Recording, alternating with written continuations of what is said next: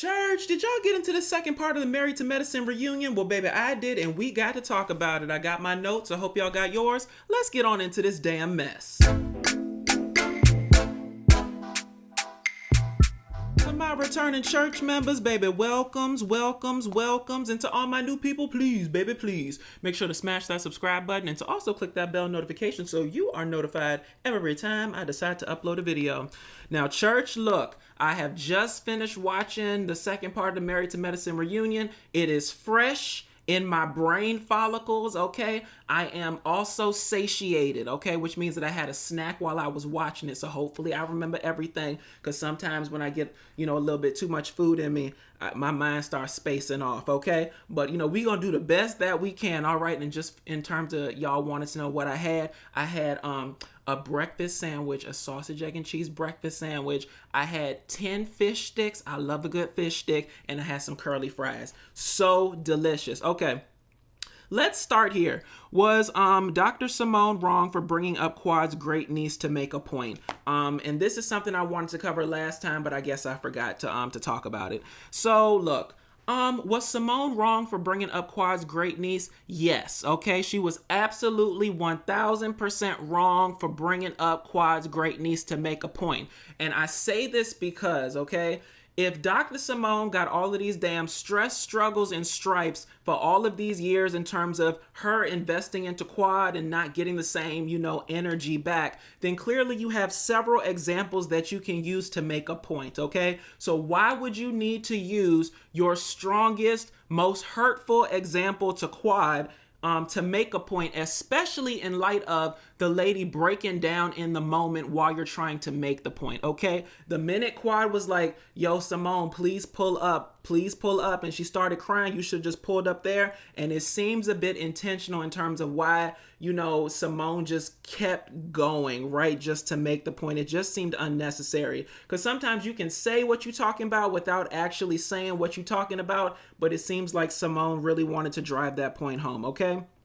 But I always do believe in playing devil's advocate, y'all. And if you're going to be mad in the current day in terms of Quad being mad at Simone for that exchange, then be mad in the past as well. Because if y'all will notice, okay, even though Quad was, crying and feeling a certain way about it in that moment, we see on this second part, Quad in Simone's dressing room talking about how, you said some harsh realities there on the stage and, they were hard to hear, but I received them and we have further conversations to have. That don't look like you was too upset in terms of what she said and you angry about her bringing this up in general, but maybe that's underneath the future conversations y'all need to have. And perhaps there can also be some element of it was raw in the moment, you didn't really know how to process it, and looking back now you're mad about that situation. But I'm just one to keep the energy 100, and if you're gonna be mad about it in the current day, be mad about it in the past as well. But y'all drop down in the comments and let me know what you think about that exchange.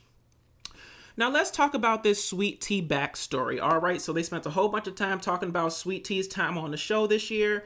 And I just wrote in my notes from baby DMs to endometriosis. Now I'm going to be completely honest with y'all, okay? And if people going to hate on what I say, it is what it is. I'm going to keep it absolutely 100.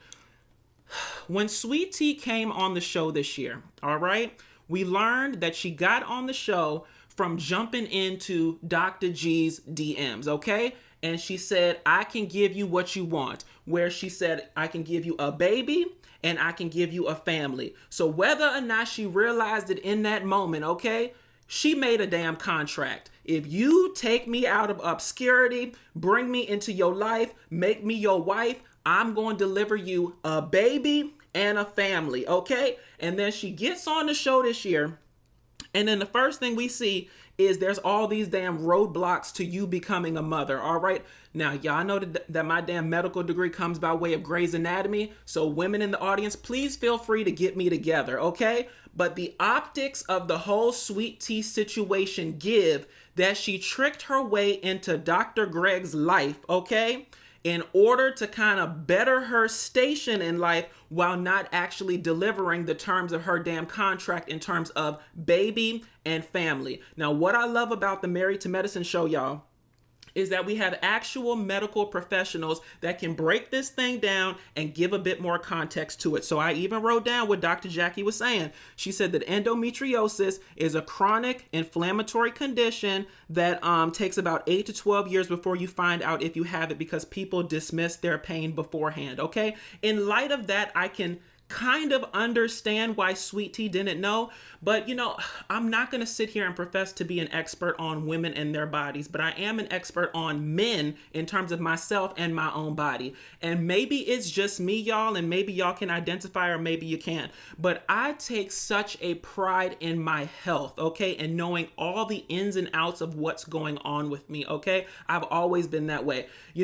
We pay so much money in this damn country for medical coverage to not take advantage of everything that it basically offers us. I've been to every damn specialist underneath the sun that you can think about, and it's not even because anything is wrong with me. It's more so because I want to familiarize myself with what does this specialist give, okay? What do they protect against? Can you do a scan for me to make sure I'm all good? Because I'm all about, proactive care versus reactive care. And so it's hard for me as a person who puts health in the forefront to kind of understand a situation where, you've taken care of yourself for 30 some odd years in terms of Sweet Tea. You go to the OBGYN, you go to your main doctor and X, Y, and Z. How did you not know about this beforehand? That's why I say the optics give that you tricked your way into this situation.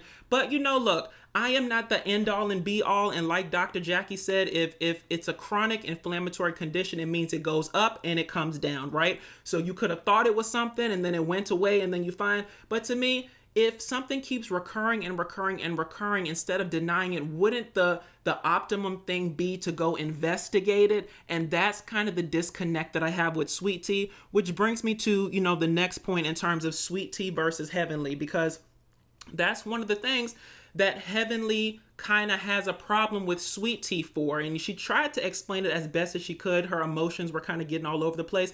But just like I said, you created a contract with this man for a baby and a family. You get on here and now it's this endometriosis thing that you ain't know about, okay? So it just seems like a little bit of trickication of the situation. But, I'm going to defer to the actual doctor in terms of Dr. Jackie and give you the benefit of the doubt in the situation, all right? Now, in terms of Sweet Tea versus Heavenly, in terms of continuing into it, I just don't know why they made Heavenly kind of the person to bring Sweet Tea in the mix, kind of like the brand ambassador for the group. Heavenly is great, but she's the most brash out of all of them. She's probably the hardest one to get through. Now, once you're in there with Heavenly, you're in there, but she's going to put up a whole bunch of defenses in order to kind of stress you the hell out, to find out what you're made of, okay? So she basically attacked Sweet Tea over this whole endometriosis thing. She attacked her over possibly being a gold digger in terms of her saying that she got a little access to the money. And she seemed to kind of be riding her ass, just regarding certain things this season. Now, is a portion of it hazing? Probably. Is a portion of it that she don't like the girl? Possibly. But, I think that Heavenly means well. I just think that sometimes her way of going about things is a fool, okay? Especially with the whole, I think the thing about Heavenly is this. You can't tell Heavenly one thing and then expect her to not follow through with it, right? So if Sweet Tea was drunk and she went to Dr. Heavenly and she said, my man is controlling, okay? He basically told me that somebody was breaking into the house in order to trick me into learning how to set the alarm, okay? Or, he's been really controlling in certain areas in terms of me getting my hair done and stuff like that. You can't basically give somebody the ammunition, give somebody the information, and then when they speak on it, right, then you try to bite their head off. Now, look, I think with this show, we kind of have to toe a line of what's real life, okay, and what's pageantry, fantasies, and delusions, all right? Because if these were conversations, Sweet Tea, that you wanted Heavenly to kind of keep to herself and not really go to the other ladies with, then maybe you shouldn't have had them on camera. And furthermore, if you had them on camera, maybe you should have said, this is just between the two of us, okay? So now when Heavenly goes with the regular group, because that's what they do, they carry information back and forth, right? Are you doing a show or is this your real life? Like you kind of have to meter your anger in the situation when you kind of planted the seeds of what ended up happening. So I'm not blaming Sweet Tea entirely. It's her first season, and Lord knows, once the first season glow up happens, the fashions change, the makeup change, the mental attitude change, and she'll get more, knowledgeable in terms of how to navigate this group. So in terms of Sweet Tea versus Heavenly, Heavenly was wrong in some areas, but Sweet Tea kind of planted some seeds in Heavenly's head that ended up turning into some of the arguments that they had. So I hope that they can get through it because, I always say the opposite of love isn't hate, it's indifference, okay? So if you feel a certain way, if you're angry or whatever, it's because at your core, to some level, you care. So hopefully they can find their way through that, all right? Now let's move on to Dr. Alicia and her husband. I like Dr. Alicia, all right? And I said this on TikTok before, but I think it's rather problematic that Dr. Alicia's husband, I think his name is Kema. Y'all drop down in the comments and let me know if I'm butchering his name. But I think it's problematic that Kema is more interesting than his wife, okay? And I'm not saying that to be shady. I'm not saying that to be mean or whatever. But it honestly seems like Kema is the stronger personality between the two of them. And it's kind of weird if you think about it, because these shows are kind of geared towards the women having the drama, the women having the upper hand, the women having the final say, the women being the combative ones, and the men kind of playing the back burner and the voices of reason. But in the Alicia and Kema relationship, it seems to be switched, okay? Kema got all these, outlandish, Neanderthal-based views or whatever, and Alicia kind of plays the back burner to it, explaining his views away or explaining why she don't have a problem with it, even if maybe at her core she might a little bit, okay? She toes the company line in terms of their relationship. So it was just interesting to see, Alicia tap dance around all the stuff that Kema said this year and view it in light of this is a marriage and a partnership and stuff like that, and I want my husband to lead in X, Y, and Z. So, should they have another season? I'd say so, but not because Dr. Alicia interested, more so because I want to see what Kema gonna say next. And maybe the thing about it is this, she kind of plays the back burner to her husband, but in the future we'll end up seeing Alicia come into her own in terms of lifting up every voice and singing in terms of what she actually feels inside, not always viewed in light of what her husband has made the standard message for them to be, okay? In terms of the whole parenting thing, because they did like this little parenting segment talking about Toya's kids, Simone's kids, Heavenly's sister, rediscovering that relationship. What I love about this show, other than it being, based on medical professionals and people that have real jobs versus, not to say social media jobs or influencing, content creation, basically being a socialite or whatever is not a job, but like these are people, like I have so much respect for doctors, nurses, lawyers, judges, airplane pilots, people that had to like go to school, do a whole bunch of years of school, a whole bunch of years of education tests in order to get to their position, okay? So what I love about the show, besides the medical component, is the family component of it, okay? Because you really see different parenting styles in real time, right? With Toya's kids, you basically see her being very open with sex and having open conversations, and Eugene is kind of on the more conservative vein of it. But, what I love about it is that these conversations need to happen. You should have an open dialogue, in my opinion, with your parents regarding sex, okay? The old antiquated views of you'll figure it out just like I figured it out is played, okay? I don't think there's anything wrong with having an open dialogue with your child for them to feel comfortable enough to come to you with any sort of questions they have about sex, feeling open to talk about topics that they might not be knowledgeable about. And I just think it's great that Toya and Eugene have fostered this environment where it's so commonplace for their children to be so open with them. Okay. In terms of Dr. Simone's kids, I love seeing generational wealth in the Black community. Okay, so for Simone and Eugene to be in the space where they can basically purchase a condo outright for their children to live in, give one of them, a year free, the second one 2 years free or whatever. I just love seeing generational wealth in motion, all right? Because we don't always see that in our communities. What a blessing it is that you went through so much stress, struggles, and strife to get to the tops of, your profession, and you're able to basically reinvest in your own family, reinvest in your children, create a damn rental property, not create it, but, invest in a rental property in terms of buying a condo, and be able to put your own children in there, free at first, but eventually you have to pay mama some money. But just seeing generational wealth in the Black community in real time is really amazing through this show. And in terms of Heavenly Sister and the healing of that relationship, look,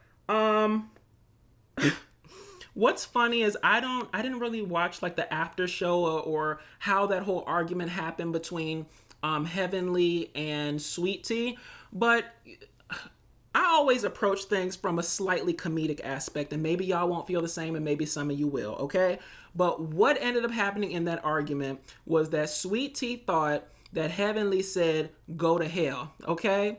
And so Sweet Tea said, yo mama there, all right? Now, all of y'all that are real Married to Medicine fans know, okay, that for years and years, for seasons and seasons, for eons and eons, Heavenly's go-to clapback has always been your mama, okay? So I found just a little bit of comedy in terms of, Sweet Tea's rebuttal to Heavenly being your mama, okay? Ain't no fun when the rabbit got the gun, okay? Now, apparently something got lost in translation and Heavenly didn't actually say, you go to hell or whatever.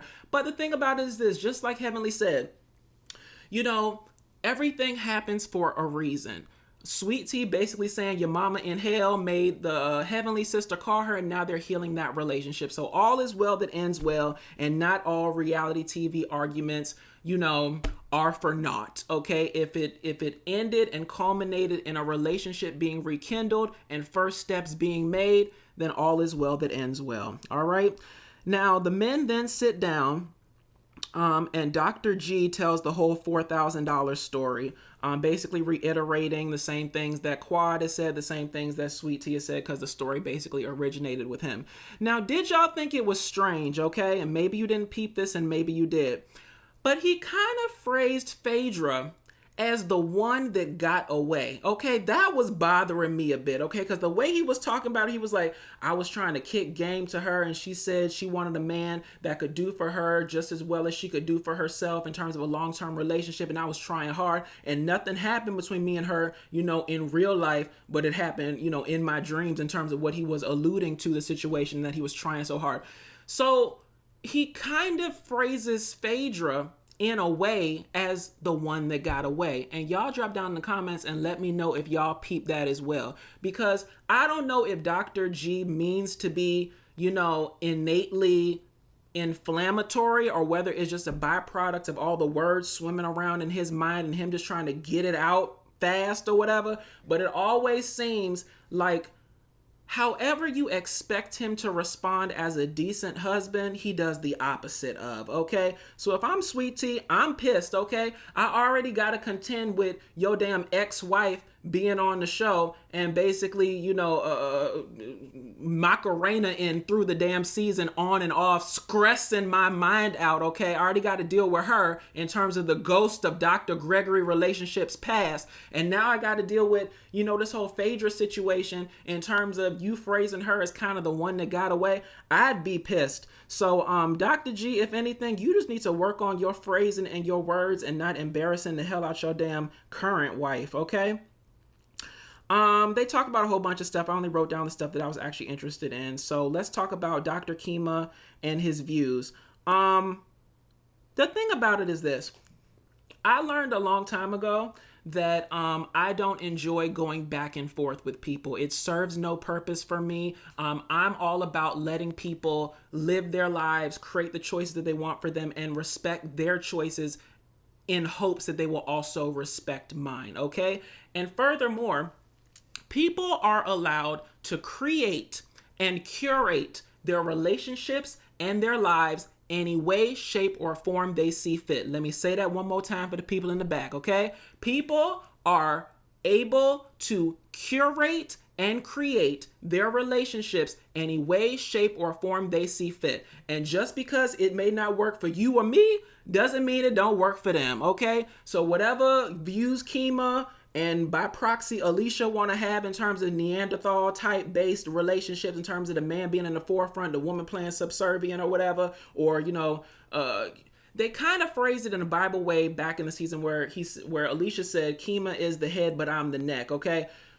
I don't know if you quite the neck, okay? You might be like the collarbone in the situation. It seems like he drives a lot of y'all situation, and maybe I'm overstepping or whatever, so I'm just gonna pull up a little bit. But what I do respect them for, though, is that so often in these days, people are afraid to have an opinion and they're afraid to speak about it, right?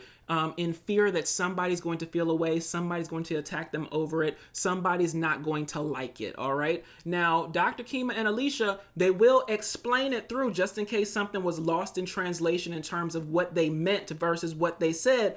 But I respect them like hell for being 10 toes down in their damn opinions, whether or not we like them or not. At the end of the day, it's their relationship. And if it works for them, then that's cool. What's good for the goose is good for the gander in terms of y'all family. Now, in terms of him talking about the whole oral sex of the situation in terms of not going down, just a weird link to my life. And I don't do this often in terms of telling my own little personal business or whatever, but I'm going to be a little transparent with y'all, okay?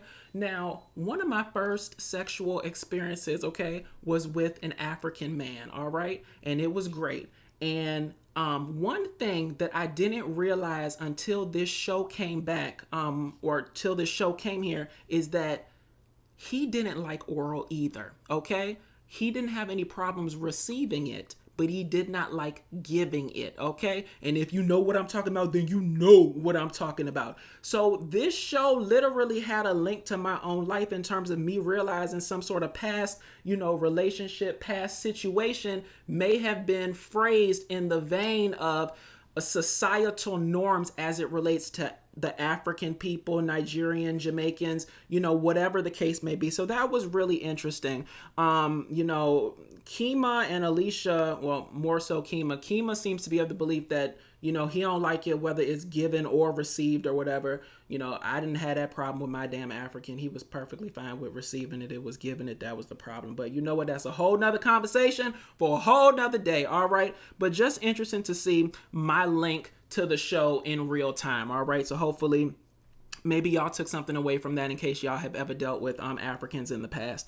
And last but not least, we see the entrance of Apollo, which is basically the cliffhanger for the upcoming third part of the reunion. So, what I hope for the whole Apollo situation is that, he comes in and tells the truth that Phaedra don't want to tell, okay? Or at least starts the conversations that'll get Phaedra to start talking about some of the topics that she neglected to talk about this season. So we'll see how that goes. And it looks like from the previews, Apollo is here to tell it and tell it good, in the eternal words of Wendy Williams. If you gonna tell it, then tell it good. But y'all, I think that's really all I want to talk about on this second part of the Married to Medicine reunion. So if you liked what I said, please feel free to like, comment, and subscribe. Follow me on all social media at DatDamnDasher, and I'll talk to y'all later. Bye.